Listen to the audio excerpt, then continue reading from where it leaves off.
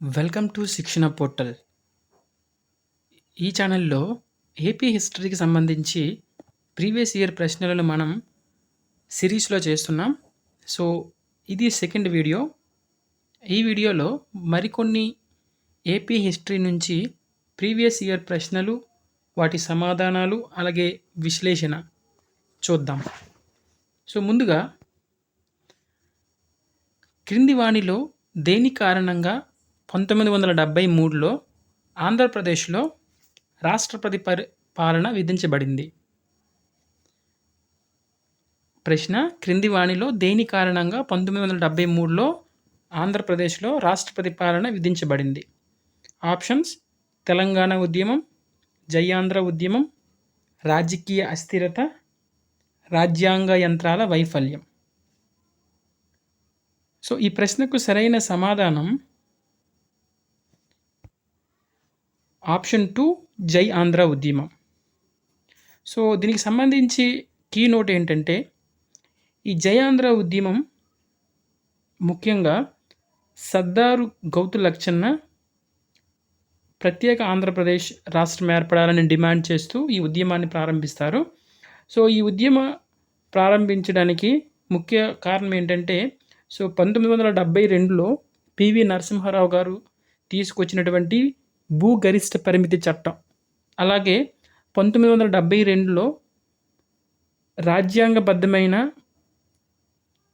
ముల్కీ అనే ఒక విధానాన్ని సుప్రీంకోర్టు తన తీర్పులో ఇవ్వడం. సో, ఈ రెండు కారణాల వల్ల సర్దారు గౌతు లచ్చన్న గారు షరతులు లేని ప్రత్యేక ఆంధ్ర రాష్ట్రం ఉండాలని జై ఆంధ్ర ఉద్యమం కోసం డిమాండ్ చేస్తారు. సో, దీనికి ఫలితంగానే సర్దారు గౌతు లచ్చన్న గారు 1972లో విజయవాడలో ప్రజా పరిషత్ అనే ఒక సంస్థను ఏర్పాటు చేసి ప్రత్యేక ఆంధ్రకి మద్దతు పలుకుతాడు. 1972లో జై ఆంధ్ర ఉద్యమం పైన పార్లమెంట్లో పెద్ద ఎత్తున చర్చ కూడా జరుగుతాయి. సో, ఈ చర్చల ఫలితంగానే నవంబర్ 27న ఇందిరాగాంధీ గారు అప్పట్లో పంచసూత్రాలను ప్రకటిస్తారు. సో, దీని ఫలితంగా 1973లో హింస అనేది చాలా ఎక్కువగా జరుగుతుంది. సో, దీంతో పివి నరసింహారావు గారు 1973లో తన ముఖ్యమంత్రి పదవికి రాజీనామా చేస్తారు ఆంధ్రప్రదేశ్లో. సో, 18 నుంచి అంటే జనవరి 18 నుంచి 1973 ఆంధ్రప్రదేశ్లో రాష్ట్రపతి పరిపాలన అనేది విధించబడుతుంది. అంటే జై ఆంధ్ర ఉద్యమం ఫలితంగానే ఆంధ్రప్రదేశ్లో అప్పట్లో రాష్ట్రపతి పరిపాలన అనేది విధించబడింది. ఇక రెండవ ప్రశ్న: మధుర విజయంను రచించింది ఎవరు? సో, ప్రశ్న: మధుర విజయంను రచించింది ఎవరు? ఆప్షన్స్: మొల్ల, గంగాదేవి, రామభద్రాంబ, మధురవాణి. సో, సరైన సమాధానం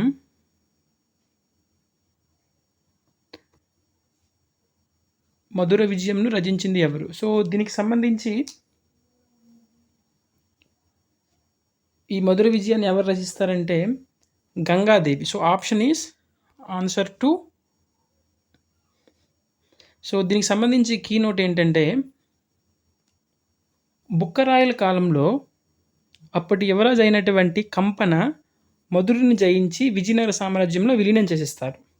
సో, ఈ కంపన యువరాజు యొక్క భార్య పేరు ఏంటంటే గంగాదేవి. తన యొక్క భర్త సాధించినటువంటి ఈ విజయానికి ఆమె ఎంతో సంతోషించి సంస్కృత భాషలో మధుర విజయం లేదా కంపరాయ విజయం అనే ఒక కావ్యాన్ని రచిస్తారు.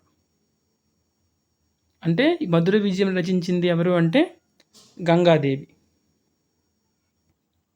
ఇక తరువాత ప్రశ్న: ఆంధ్ర శివాజీ అని ప్రజాదరణ పొందిన వారు ఎవరు?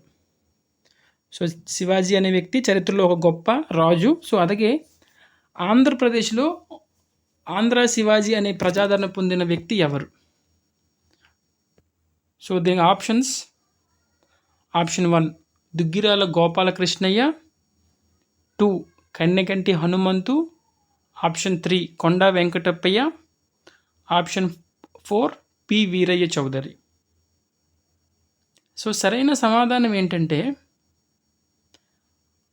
Option 4 P Veerayya Chowdary. So దీనికి సంబంధించి ఇన్ఫర్మేషన్ మనం చూసినట్లయితే ఈ పెదనందుపాడికి చెందినటువంటి రైతు కుటుంబానికి చెందినటువంటి ఈ పర్వతనేని వీరయ్య గారు బ్రిటిష్ టైంలో పన్నుల చెల్లింపు నిరాకరణ ఉద్యమానికి ఆయన నాయకత్వం వహిస్తారు. సో అతని యొక్క ఆ తెగింపుకి అతనికి ఆంధ్ర శివాజీగా పేరు వస్తుంది. ఇక తర్వాత ప్రశ్న. సో ఈ ప్రశ్న కూడా మనకి గ్రూప్ 1లో అడగడం జరిగింది. గ్రూప్ 1 1991లో మనకి ఈ ప్రశ్న అడగడం జరిగింది.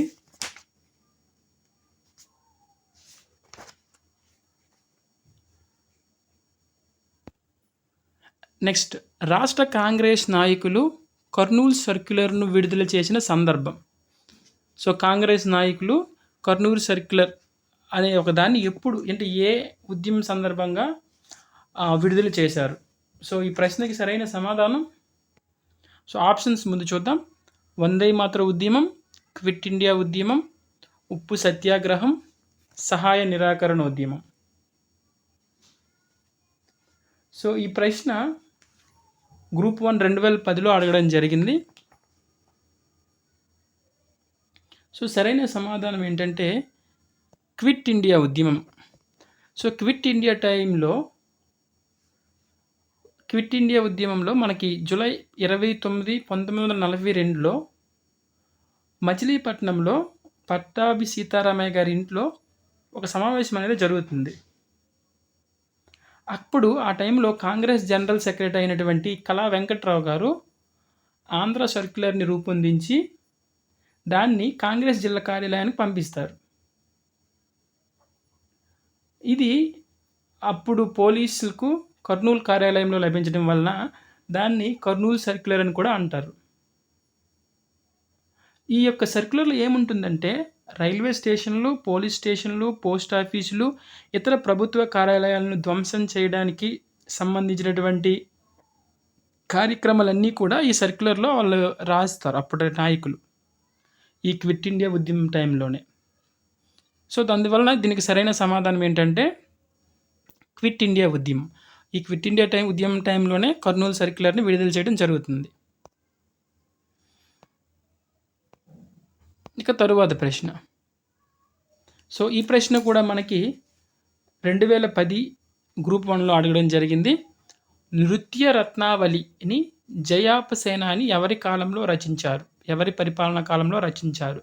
సో నృత్య రత్నావళి అనే ఒక కావ్యాన్ని జయప్ప సేనాని అనే వ్యక్తి ఎవరి పరిపాలనా కాలంలో రచించడం జరిగింది? సో ఆప్షన్లు రుద్రదేవ, గణపతి దేవుడు, రుద్రమదేవి, ప్రతాపరుద్రుడు. సో మనం ఫస్ట్ వీడియోలో కూడా ఇదే ప్రశ్నకు సంబంధించి మనం ఒక ప్రీవియస్ ప్రశ్న చూడడం జరిగింది. సో ద సరైన సమాధానం అనేది ఆప్షన్ 2 గణపతి దేవుడు.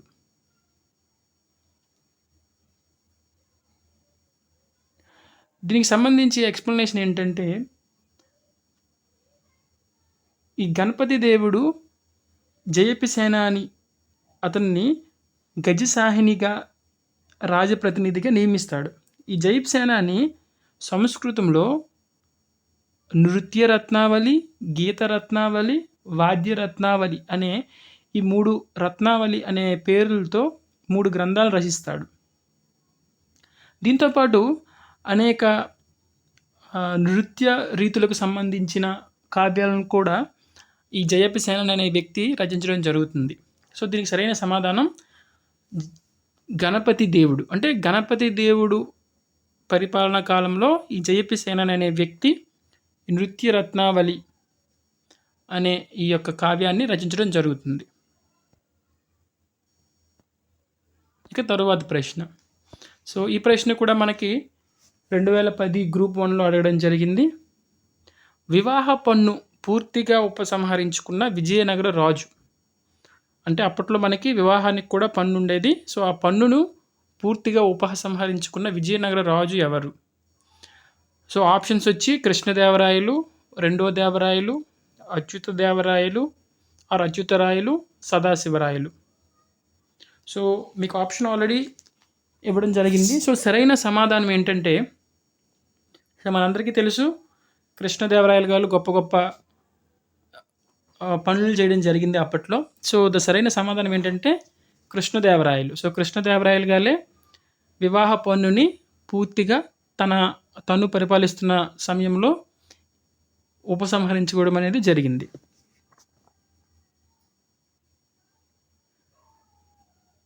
సో ఇది ఎలా జరిగింది, ఎలా తెలిసిందంటే డొమింగ్ ఫేస్ అప్పట్లో కృష్ణరాయల కాలంలో ఆ యొక్క విజయనగర సామ్రాజ్యాన్ని సందర్శించడం జరుగుతుంది. సో ఆ టైంలో ప్రజల వినతి మేరకు శ్రీకృష్ణదేవరాయలు గారు ఈ వివాహ పన్నును రద్దు చేస్తారు.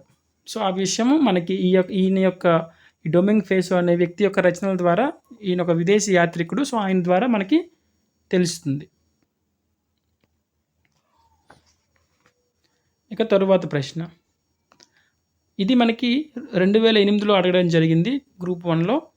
రంపా తిరుగుబాటు జరిగిన కాలం. సో సరైన సమాధాన ఆప్షన్స్ ఏంటంటే మనకి 1922 నుంచి 24, అలాగే 1919 నుంచి 20, అలాగే 1921 నుంచి 22, 1925 నుంచి 26. సో సరైన సమాధానం ఏంటంటే, సో ఆప్షన్ 1 1922 నుంచి 24. సో 1922 జనవరి నుంచి 1924 మే నెల వరకు దాదాపుగా 2 సంవత్సరాల 5 నెలల పాటు ఈ యొక్క రంపా తిరుగుబడి అనేది జరుగుతుంది. సో ఈ రంపా తిరుగుబడి ఎక్కడ జరుగుతుంది అంటే విశాఖపట్నము, తూర్పుగోదావరి వంటి ఏజెన్సీ ప్రాంతాల్లో మాత్రమే ఈ యొక్క రంపా తిరుగుబడి అనేది జరుగుతుంది. సో ఈ ఈ తిరుగుబడి అనేది అప్పట్లో చేసినటువంటి సహాయ నిరాకరణ ఉద్యమం కంటే కూడా ఎక్కువగా ఈ ప్రభుత్వాన్ని అనేది ప్రభావితం చేయడం జరిగింది చరిత్రలో. సో అందుకే ఇది చాలా ఇంపార్టెంట్ మనకి. సో రంపా తిరుగుబడి జరిగిన కాలం ఏంటంటే మనకి 1922 నుంచి 24. తర్వాత ప్రశ్న,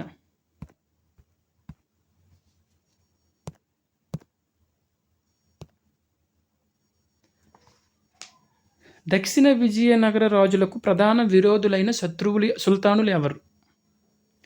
సో చూడండి, ఇదే ప్రశ్న మనం ప్రీవియస్ వీడియోలో కూడా డిస్కస్ చేయడం జరిగింది. సో ఆ లింక్ మనకి కిందన మీకు ప్లేలిస్ట్లో ఉండడం జరుగుతుంది.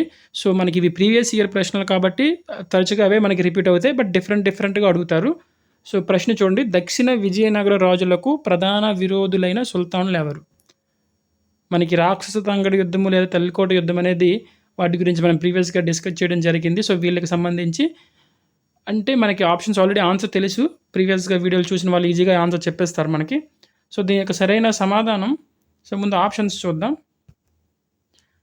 బహమని, హొయసాలలు, వరంగల్లు, మదురైలు. సో ప్రధాన శత్రువులు ఎవరు విజయనగర రాజులకు? సో వీళ్ళ కారణంగానే అప్పట్లో రాక్షస తంగడి యుద్ధం జరిగింది. సో సరైన సమాధానం ఆప్షన్ 1 బహమని సుల్తానులు. సో ఇదే ప్రశ్న మనకి తర్వాత ఇయర్ ప్రశ్నలో కూడా డిఫరెంట్గా అడగడం జరిగింది. సో ఇది చాలా ఇంపార్టెంట్, గుర్తుపెట్టుకోండి.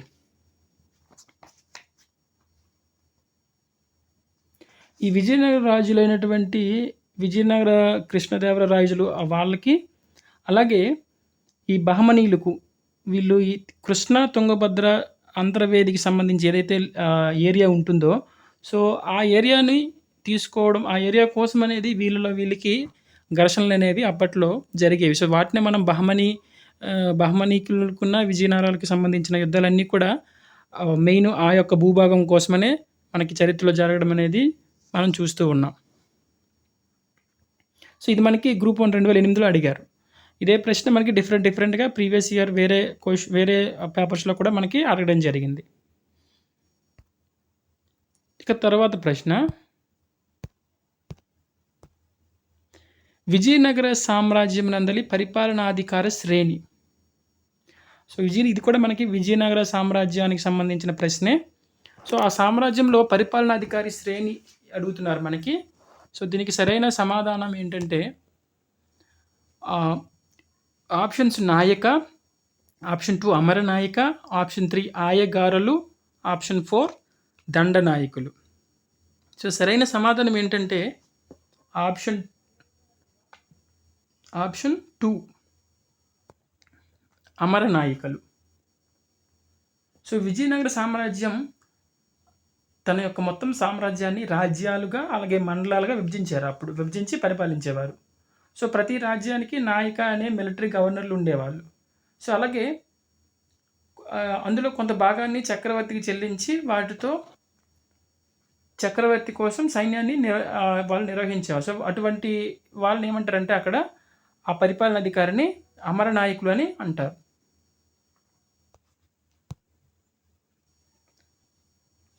సో ఈ ప్రశ్న మనకి 2007 గ్రూప్ 1లో అడగడం జరిగింది. తరువాత ప్రశ్న, మొట్టమొదటి సంస్కృత శిలాశాసనం ఏది? సో మొట్టమొదటి సంస్కృత శిలాశాసనము ఏది?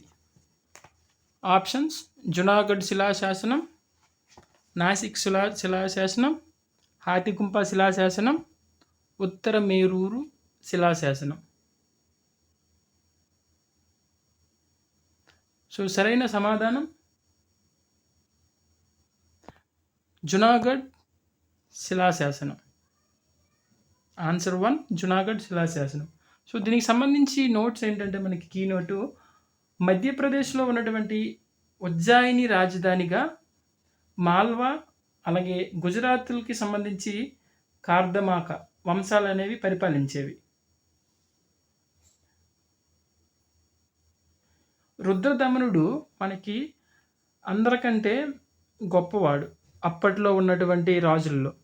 సో ఇతను ఈ జునాగఢ్ లేదా గిర్నార్ అనే శాసనాన్ని భారతదేశంలో ఇతని కాలంలో అనేది రచించడం జరుగుతుంది. సో ఇది తొలి సంస్కృత శాసనం.